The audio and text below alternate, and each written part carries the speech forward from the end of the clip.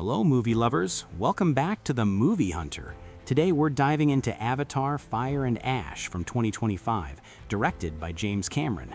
This third Avatar film brings back the breathtaking world of Pandora with visuals that are even more stunning than before. But does the story live up to the spectacle, or is it just repeating what we've seen? It wowed audiences at the box office and earned some big nominations, but for me it felt familiar. Too familiar.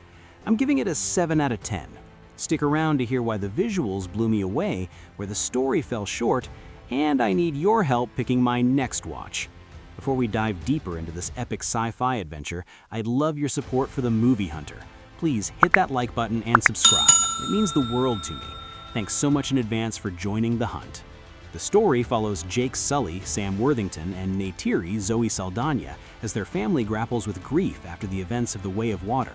They encounter a new, aggressive Na'vi tribe, the Ash People, led by the fiery Varong, while the conflict on Pandora escalates with returning human forces and a new moral focus emerges.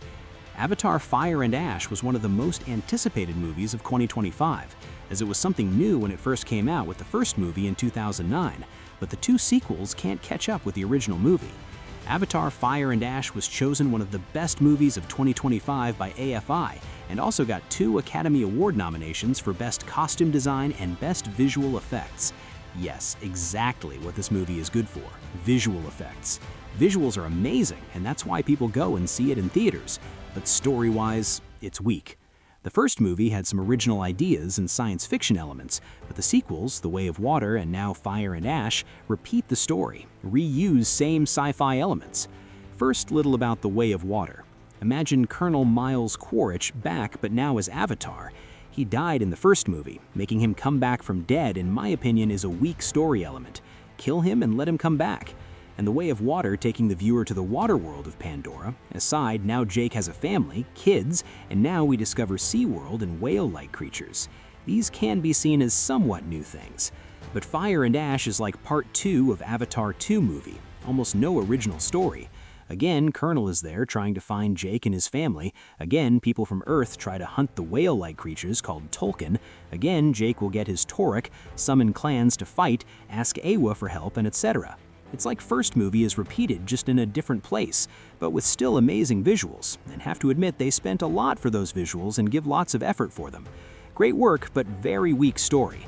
Script-wise, biggest fail in Avatar series. But box office-wise, it's again successful, more than 3 times of its budget, so we can expect 4th and 5th movies as Cameron mentioned. It scored a 7.4 out of 10 on IMDb from 120,000 users and a 66% critic score on Rotten Tomatoes from 343 reviews, with a 90% audience popcorn meter from over 10,000 verified ratings. Released by 20th Century Studios on December 19, 2025, after a world premiere in Hollywood, it grossed $1.378 billion worldwide against a massive $350 to $400 million budget. It was named among the top 10 films of 2025 by the American Film Institute and the National Board of Review, picked up 2 Golden Globe nominations and those 2 Oscar nods for costume design and visual effects. My rating for this movie is 7 out of 10, just, for stunning visuals and visual-related work they have done. Story-wise, don't see anything new and was boring for me. I'm sure for die-hard fans it can score higher. Overall, I'm giving Avatar: Fire and Ash a 7 out of 10. It's a visual feast that demands to be seen on the biggest screen possible, but the recycled story left me wanting more originality.